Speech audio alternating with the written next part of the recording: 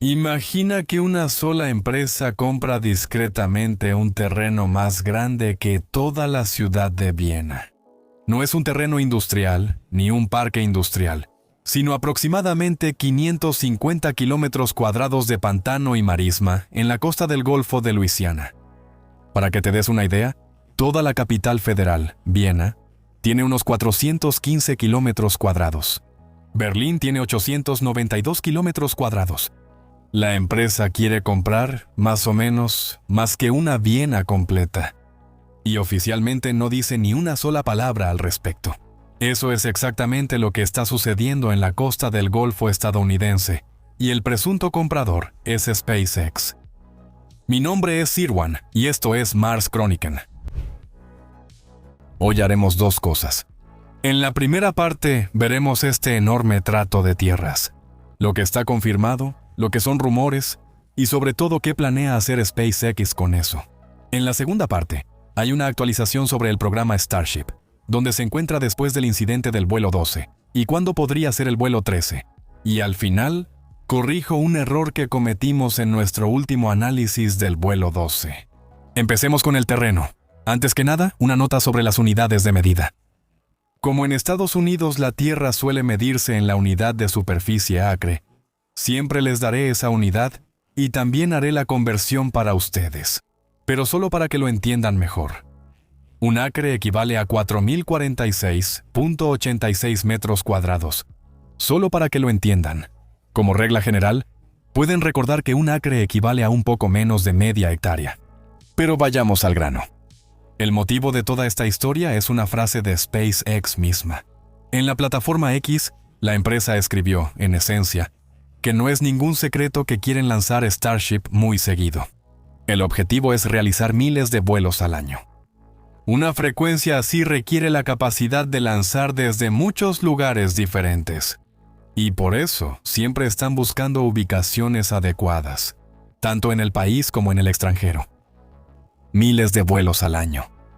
Deben tener esa escala en mente, porque explica casi todo lo que viene después. ¿Qué está confirmado y qué es solo un rumor? Está confirmado que el agente inmobiliario Jim Kitty, en Luisiana, hizo público que se estaba llevando a cabo una gran transacción de tierras. También está confirmado que el senador del distrito correspondiente, Bob Hansons, el 7 de mayo de 2026, confirmó que una, cito, empresa aeroespacial está negociando la compra de 136,000 acres. Eso equivale exactamente a unos 550 kilómetros cuadrados. El propietario actual es la petrolera ExxonMobil. Y la propia SpaceX ha confirmado que la región es una de las varias ubicaciones que están evaluando para Starship. Lo que no se ha confirmado oficialmente es el comprador. Nadie en SpaceX menciona en voz alta la palabra Luisiana. Pero las pruebas son abrumadoras. La frase mencionada anteriormente de SpaceX citó en X una publicación de S.E. Robinson, quien habla exactamente sobre ese trato de tierras.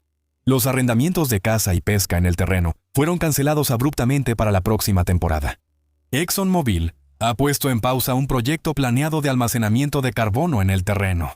Y en la capital, Baton Rouge, apareció en 48 horas todo un paquete de proyectos de ley que parece hecho a la medida para justamente ese tipo de iniciativa. Más sobre eso más adelante. Primero veamos la ubicación, porque no es una coincidencia. La isla Pekin está casi exactamente a mitad de camino entre dos ubicaciones existentes de SpaceX. Es decir, entre Starbase en Texas y el puerto espacial en Cabo Cañaveral, Florida. Quien construya una tercera gran instalación justo en medio, crea un punto de conexión. El hardware puede moverse entre los tres lugares, y hasta por vía marítima. Porque a lo largo de toda la costa del Golfo hay una vía fluvial protegida. El Gulf Intercoastal Waterway, una especie de autopista fluvial para barcos y barcazas. SpaceX ya planea transportar propulsores y naves en barcazas entre Texas y Florida. Una ubicación justo en esta vía fluvial encaja perfectamente. Su barcaza de carga más reciente, Marmac 31, también conocida como You'll Thank Me Later, atracó recientemente en el puerto de Brownsville, Texas, y cargó hardware para las operaciones de Starship. Ahora está de regreso a Florida. Luego viene el combustible. Starship quema una mezcla de metano líquido y oxígeno líquido. Y justo en la frontera entre Luisiana y Texas, en Sabine Pass, se encuentran dos de las terminales de gas natural licuado más grandes de Estados Unidos, Cheniere y Golden Pass. El gas natural licuado, en términos técnicos, Liquefied Natural Gas, o simplemente LNG, es básicamente el mismo metano que Starship necesita como combustible. Un sitio de lanzamiento cerca de estas terminales está prácticamente junto a la fuente de combustible. Y ahora viene la pregunta que para este canal es la más interesante. ¿Qué permite realmente un tercer sitio que Boca Chica y Cabo Cañaveral no pueden? Aquí hay que moderar una expectativa muy popular de inmediato. Muchos suponen que una nueva plataforma de lanzamiento automáticamente abre nuevas órbitas. En Luisiana, en su mayoría, ese no es el caso. Y eso es importante para mí como un hecho. La isla Pekín se encuentra a casi 30 grados de latitud norte. Eso está incluso más al norte que Starbase en Texas, que está a unos 26 grados. La regla general es, la inclinación orbital más baja que se puede alcanzar directamente desde un sitio de lanzamiento corresponde aproximadamente a su latitud geográfica. Luisiana no permite alcanzar inclinaciones orbitales más bajas, sino más bien más altas que Boca Chica. Por lo tanto, para las órbitas cercanas al Ecuador que son tan codiciadas, la nueva plataforma de lanzamiento no representa una ventaja. Queda la otra dirección, las órbitas polares, es decir, rutas que cruzan los polos, como las que se necesitan para la observación de la Tierra y para muchos satélites de reconocimiento. Para eso, un cohete tendría que despegar hacia el sur desde Luisiana. Y quizá ya lo viste en el mapa. En esa dirección, más allá del Golfo, está México. Así que una trayectoria de lanzamiento polar pasaría sobre territorio mexicano, con etapas de cohetes cayendo sobre zonas habitadas. Eso no se hace. Aunque Starship no soltaría etapas, sino que las recuperaría, aún así representaría un riesgo considerable para México. Por eso mismo, los estadounidenses siguen lanzando sus misiones polares desde la base de Vandenberg, en California, hasta hoy, sobre el abierto Pacífico. Luisiana no cambiará eso. Y ni siquiera hacia el este el camino está libre, porque ahí está la península de Florida en el camino. Así que una trayectoria de lanzamiento tendría que curvarse de manera muy parecida a como lo hace desde Boca Chica, en un arco hacia el sureste entre Florida y Cuba. Entonces, si no son las pistas, ¿qué es? La respuesta no es nada espectacular, pero ese es todo el punto. Es la pura cantidad. Recuerden la frase del principio: miles de vuelos al año. Esa cifra es simplemente imposible con las instalaciones actuales, especialmente si se quiere escalar a la velocidad que SpaceX pretende. La propia SpaceX habla de miles de vuelos al año. Y para los planes con los satélites de IA a largo plazo, serían necesarios lanzamientos casi cada hora. Eso, por supuesto, es un objetivo extremadamente ambicioso y probablemente inalcanzable en ese horizonte temporal. Pero incluso 500 lanzamientos en 2028 requerirían más infraestructura de la que existe actualmente. En este punto, quiero hacer un comentario personal para que entiendan mejor este objetivo. SpaceX no establece metas tan ambiciosas para engañar a la gente, sino para avanzar rápidamente y motivar a sus equipos a lograr cosas grandiosas. No se considera una vergüenza si solo se logra parcialmente un objetivo extremadamente ambicioso e irrealista en el plazo mencionado, y se alcanza el objetivo completo más tarde. Esa es una filosofía completamente diferente a la que tenemos aquí en Alemania y Austria. Con el Falcon 9 también se burlaron del objetivo y lo descartaron como irrealista. Pero solo porque estén retrasados, eso no significa que el objetivo esté muerto. Simplemente sigue estando en el futuro. En 2025 el Falcon 9 ha despegado 9.165 veces. En Starbase, en Texas, SpaceX ocupa apenas unas 1,000 acres, es decir, aproximadamente 4 kilómetros cuadrados.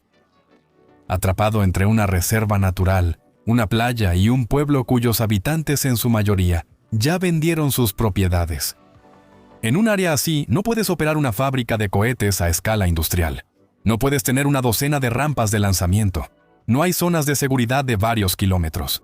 En Luisiana, en cambio, hay 550 kilómetros cuadrados de marismas casi deshabitadas. Suficiente espacio para enormes naves de producción, para muchas plataformas de lanzamiento una al lado de la otra, para mantenimiento y reparación. y sobre todo para las enormes zonas de amortiguamiento, que permiten una alta frecuencia de lanzamientos en primer lugar, sin restringir drásticamente la vida cotidiana a su alrededor. El rumor local habla de unas 500 acres solo para una plataforma de lanzamiento, y una zona de seguridad de 30.000 acres. Esos son más de 120 kilómetros cuadrados solo como distancia. Luisiana no es, entonces, una nueva puerta de entrada a nuevas órbitas. Son la fábrica y el aeropuerto los que hacen que la palabra miles sea siquiera imaginable. Y eso forma parte de un análisis honesto. En la isla Pekín viven de forma permanente solo unas 100 personas, pero la marisma ha sido un paraíso para cazadores y pescadores desde hace generaciones. En la temporada alta llegan miles. Precisamente a ellos les cancelaron los arrendamientos. Y una mirada a Texas muestra lo que les puede esperar a los residentes. En abril de 2026, alrededor de 60 hogares del Valle del Río Grande demandaron a SpaceX, con la acusación de que los estampidos supersónicos y los gases de escape dañaron sus casas. Desde grietas en las paredes hasta ventanas destrozadas. Esas son preocupaciones reales de personas reales que ven amenazados sus bienes y pertenencias. Estos efectos secundarios deben compararse directamente con los beneficios de la instalación de SpaceX, porque mientras estos 60 hogares presentan demandas, SpaceX también ha generado un notable auge económico en la región del Río Grande, con inversiones directas de miles de millones, en infraestructura y en forma de contratos para las empresas locales. A esto se suman donaciones de decenas de millones a instituciones educativas en Brownsville y otros efectos, como el crecimiento económico indirecto por turismo y la atención internacional. Se espera que este efecto también ocurra en Luisiana. Pero ahora viene la parte que me hace despertar como periodista. 2 de los nuevos proyectos de ley en Luisiana les quitarían a los residentes exactamente los mismos recursos legales con los que estas familias de Texas están luchando en este momento. Otros proyectos del mismo paquete otorgan incentivos fiscales para proyectos con inversiones de al menos $1,000 millones y declaran las instalaciones espaciales como infraestructura crítica. Infraestructura crítica. Todo esto se presentó en 48 horas. Y como dijo un observador, se lee menos como una legislación y más como un borrador de contrato.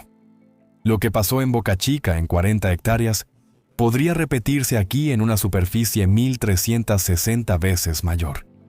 Eso no es una acusación, es solo la otra cara de la moneda. El progreso en el espacio casi siempre tiene un precio muy terrenal, y es nuestro trabajo mostrarlo también. Y una vez más, para el contraste, aquí hay 100 personas en un área que equivale aproximadamente a 130 veces la superficie de Viena.